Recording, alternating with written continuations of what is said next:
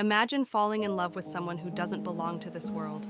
A love so intense, it defies death itself, but with a price you may never be willing to pay. Would you dare to follow your heart into the unknown? This is the story of Emma, an aspiring writer who stumbled upon a mansion rumored to be cursed. What she found inside wasn't just a story, it was a love that would consume her and change her life forever. Stay with me until the end, because this tale hides a chilling secret you'll never forget. Emma was 24, stuck in a creative rut. She hadn't written a word in months. Hoping for inspiration, she moved to a small, quiet town surrounded by endless forests. At the heart of the woods stood a decaying mansion that no one dared to visit. The locals whispered about strange noises, fleeting shadows, and a ghostly figure wandering its halls. But Emma didn't believe in ghosts. To her, the mansion was an opportunity, a perfect setting for her next story.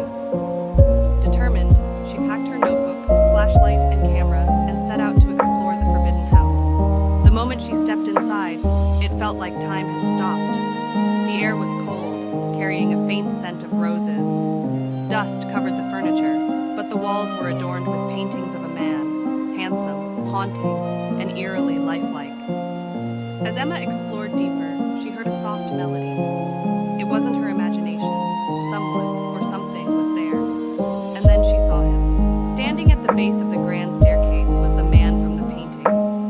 His presence was both magnetic and unnerving. He introduced himself as Adrian, the last heir of the mansion, and claimed he had been waiting for someone like her. At first, Emma thought Adrian was a squatter, or maybe an eccentric artist. But as days passed, she couldn't shake the feeling that something about him was off. He never ate, never stepped into the sunlight, and his touch was cold as ice. Yet, she couldn't resist him. Adrian had a way of making her feel understood, cherished, and alive. Their connection grew stronger with each passing night.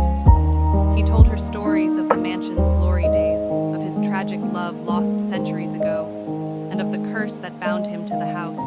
But Emma wasn't scared. If anything, she was falling for him. She ignored the growing signs, her flashlight dying every time he was near, the mirrors in the house never showing his reflection, and the eerie whispers that seemed to warn her to leave. One night, Adrian revealed the truth. He wasn't alive. He was the spirit of a man who had died protecting his love. The curse bound him to the mansion until he could find a soul brave enough to love him unconditionally. Emma was faced with a choice. She could leave, save herself, and return to the mundane world, or she could stay, giving up her life to be with Adrian for eternity. Torn between her fear and her heart, Emma decided to stay one more night to say goodbye. But that night, the mansion seemed alive, as if it too wanted her to stay.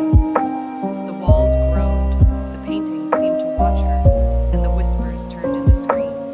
Adrian begged her to leave, saying he couldn't bear to see her trapped like him. But Emma, tears streaming down her face, told him she loved him and was willing to sacrifice everything for one more moment with him. The moment she said the words, the house fell silent. Adrian smiled, a single tear rolling down his cheek. He leaned in for a kiss, and as their lips touched, Emma felt a rush of warmth, and then darkness. When she woke up, the mansion was gone. She was lying in a meadow, her notebook in hand. Inside it was the story of Adrian, written in her handwriting, though she didn't remember writing it. Emma never found the mansion again, but she could feel Adrian's presence with her, especially when she wrote.